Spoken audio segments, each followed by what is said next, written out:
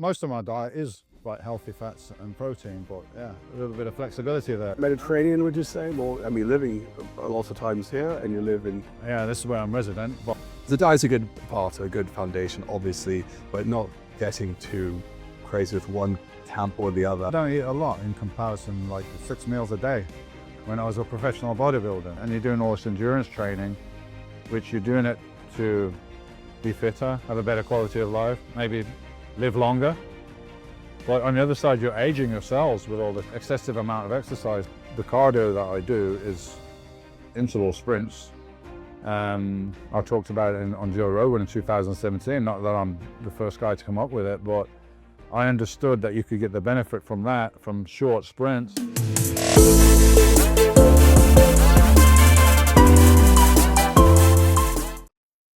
Another men's camp here in Marbella. It's cool. It's fantastic. It's turned me into a keto. We talked earlier that you kind of have a more balanced approach, but you take a low carb. And I'm keto, no, I'm carnivore.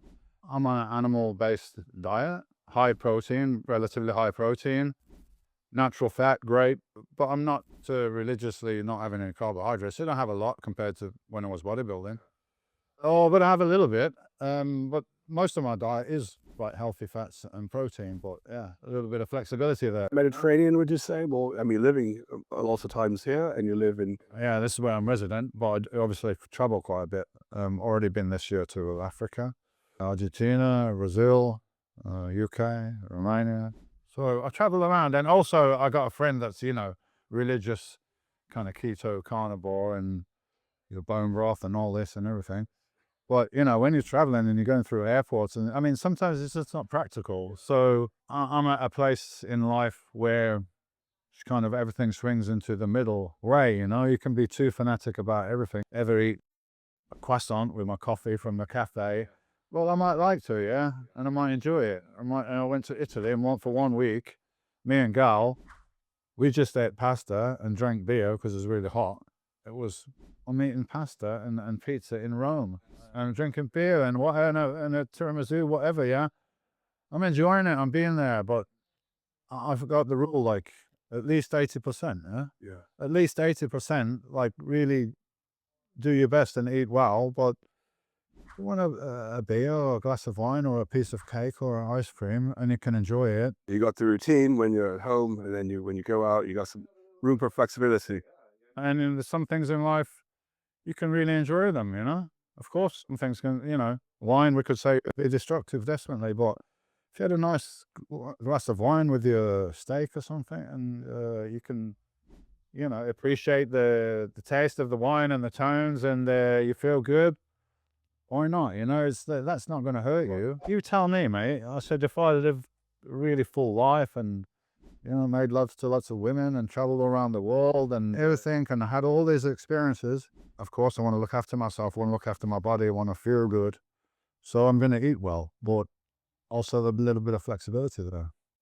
I was experiencing some of the diet here, and it's good. I eat steak, I eat chicken, I eat greens. I was like, something's missing. I think my blood sugar was getting a bit too low. Yeah, I was asking where the beer was, and there wasn't any, so that's what's missing.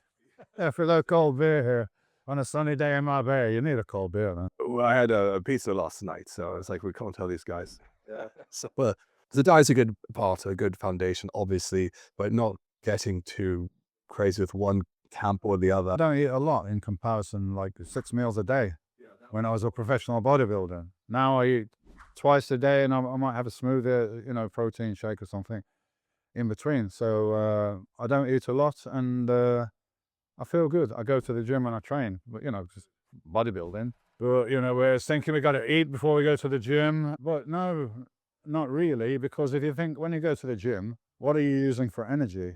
You're using glycogen. Carbohydrates that's stored in your muscle that you ate previously, probably yesterday evening, yesterday afternoon, who knows, but they're stored. You're going to use that, yeah? So you don't need to eat a ton of carbohydrates before you go to the gym with the idea that somehow going to give you energy. It might even reduce your energy because you're kind of trying to digest it, and now you're going to take all the blood away to work the muscles and everything. So I enjoy going and doing my stuff. I don't eat till like 1 or 2 o'clock in the afternoon, so I have a period of time where I'm not eating, and usually I'm doing some kind of exercise. Yeah, the other day, I think you started with cardio. You did where we met you. Cardio, but sprints cardio. Yeah, I don't do 45 minutes cardio. And that's one of the things we were talking about, getting the benefits of cardiovascular fitness in a short period of time, which is what I did with bodybuilding. I think it applies to cardio as well. And unless you're in some kind of specialist sport, like marathon running or something, you know, but I'm talking about health here. And too much exercise is not healthy because it has a negative. You're looking for the benefit. So my question is, how can we get the benefit with minimizing the negative? And what's the negative?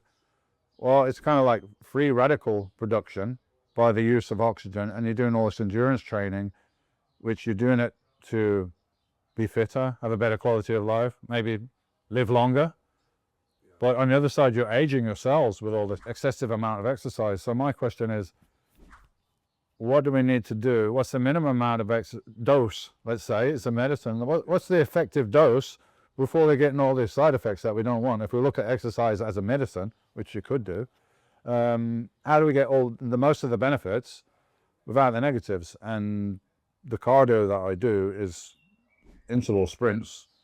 I talked about it on Joe Rogan in 2017. Not that I'm the first guy to come up with it, but I understood that you could get the benefit from that, from short sprints, same benefit as doing an hour or 45 minutes cardio, and you could achieve this in 5 minutes, which sounds crazy. 1 minute of cardio, i.e. 3 20-minute all-out sprints.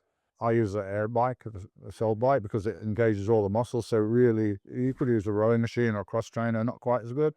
Or you could run up hills, same kind of thing. All-out sprints with some little downtime between. So like a minute to warm up, a 20-second sprint, a minute down, 20 seconds. Do 3 or 4 20-second sprints, and in that 6 minutes or so that it takes, you can achieve the same as you get from doing 45 minutes, an hour of, you know, long, boring, tedious, 2 sessions a week. But I do, I suppose you could say it's like low-level cardio because I walk quite a bit. I go hiking, I take my dog for a walk. Yeah, so and I'll probably go 1 long bike ride a week where it's an hour or 2 just out on my bike. So I'm not really thinking this is like a super workout or anything, but I'm guessing it's a bit of long cardio.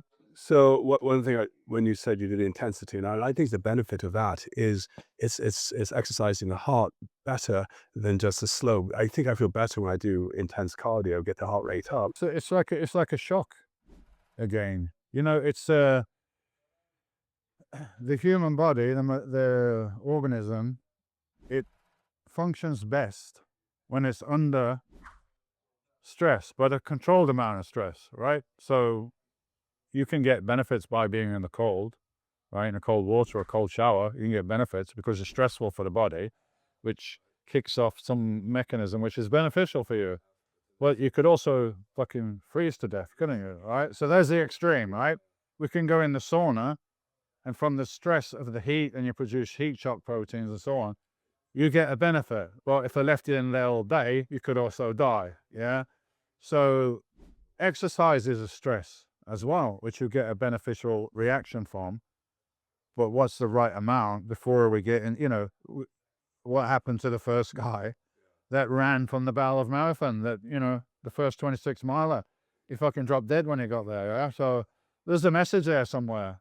Too much exercise can also potentially kill you or have a negative effect. And back then they didn't have the environmental toxins and any other. I'm putting out this information, and some people, they get it, but they're still, yeah, I get it.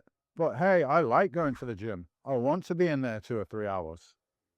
Like, okay, if you want it, but didn't you go there for like to get the benefit you're looking for, not to just socialize or whatever else is you're doing for 2 or 3 hours, because you're certainly not really training hard for, you know, you might do a set and rest for 10 minutes. I don't know what you're doing there for 2 or 3 hours, but like, get a life, man. It's been an honor to have Dorian Yates on our program today and delve into the extraordinary story and invaluable insights. To our viewers, take these lessons to heart, and remember to subscribe, like, and comment on your favorite takeaways. And stay strong, stay balanced. We'll catch you next time on Balance My Hormones.